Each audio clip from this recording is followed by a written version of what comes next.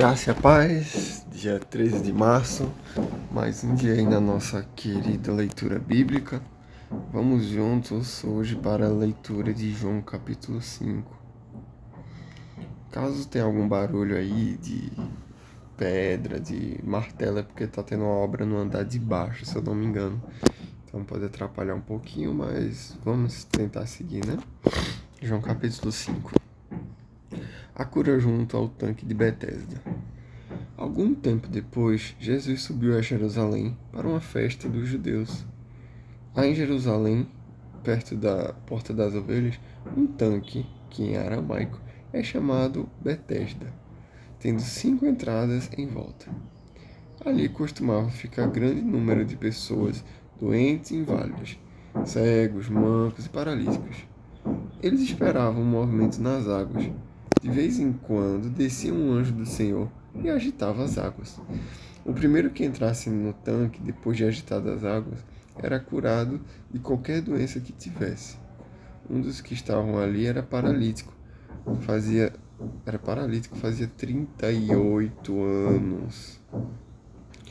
Quando viu deitado e soube que ele vivia naquele estado durante tanto tempo, Jesus lhe perguntou: Você quer ser curado? Disse o paralítico: Senhor, não tenho ninguém que me ajude a entrar no tanque quando a água é agitada. Enquanto estou tentando entrar, outro chega antes de mim. Então Jesus lhe disse: Levante-se, pegue a sua maca e ande. Imediatamente o homem ficou curado, pegou a maca e começou a andar. Isso aconteceu num sábado, e por essa razão os judeus disseram ao homem que havia sido curado: Hoje é sábado, não é permitido você carregar a maca. Mas ele respondeu: O homem que me curou me disse: Pegue sua maca e ande. Então lhe perguntaram: Quem é esse homem que mandou você pegar a maca e andar?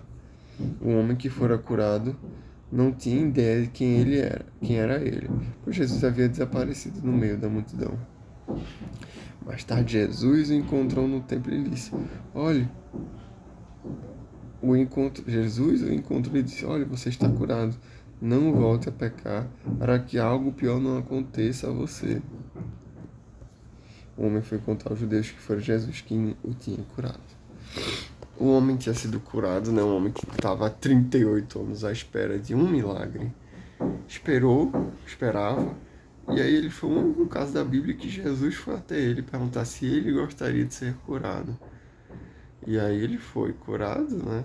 Depois de 38 anos, e depois ele descobriu que tinha sido Jesus. E Jesus deu um recado a ele: Não volte a pecar, para que algo pior não aconteça a você. Ou seja, algo pior do que ficar 38 anos paralítico, parado, numa tortura dessa, é muito pior se a pessoa voltar a pecar. Isso quem disse foi o próprio Jesus. Então, se você escutaria um coach falando isso em um podcast, escute isso que Jesus está falando. Leve para sua vida. Não volte a pecar.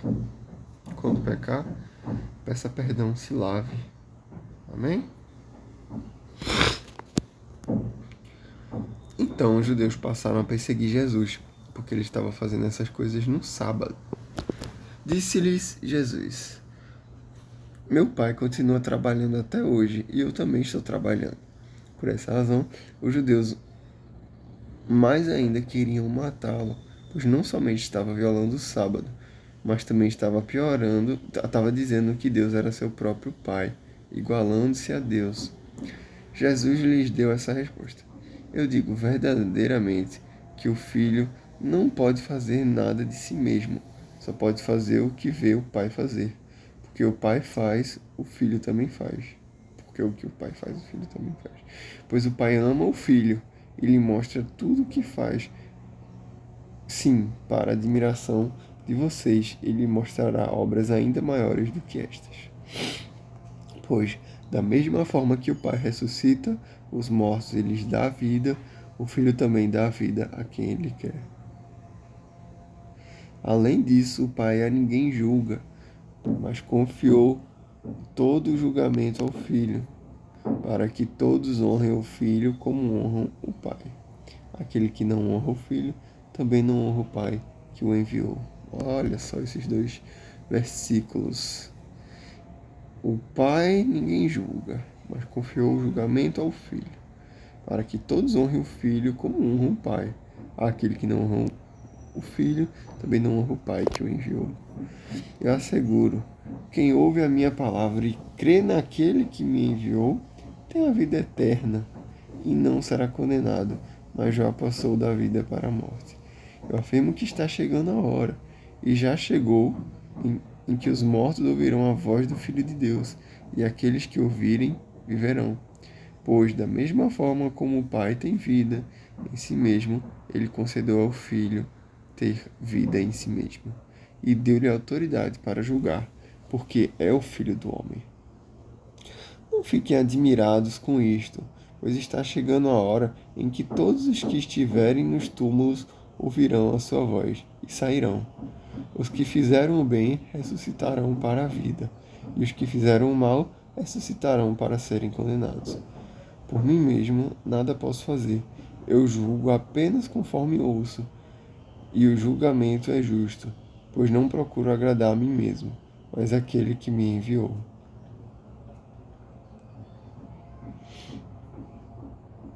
Tudo que Jesus queria fazer era agradar o próprio Deus, né? Se testifico acerca de mim, o meu testemunho não é válido. Há outro que testemunha em meu favor, e sei que o seu testemunho a meu respeito é válido. Vocês enviaram representantes a João Batista, né? E ele testemunhou da verdade. Não que eu busque testemunho humano, mas menciono isso para que vocês sejam salvos. João era uma candeia que queimava e irradiava luz, e durante certo tempo vocês quiseram alegrar-se com a sua luz. Eu tenho um testemunho maior que o de João, a própria obra que o Pai me deu para concluir, e que estou realizando o testemunho que o Pai me enviou. Eu tenho um testemunho maior do que o de João, a própria obra que o Pai me deu para concluir, e estou realizando o testemunho que o Pai me enviou. E o Pai me enviou, ele mesmo testemunhou a meu respeito. Vocês nunca ouviram a sua voz, nem viram a sua forma, nem a sua palavra habita em vocês, pois não creem naquele que ele enviou. Vocês estudam cuidadosamente Escrituras, porque pensam que nelas tem a vida eterna. E são as Escrituras que testemunham a meu respeito. Contudo, vocês não querem vir a mim para terem vida.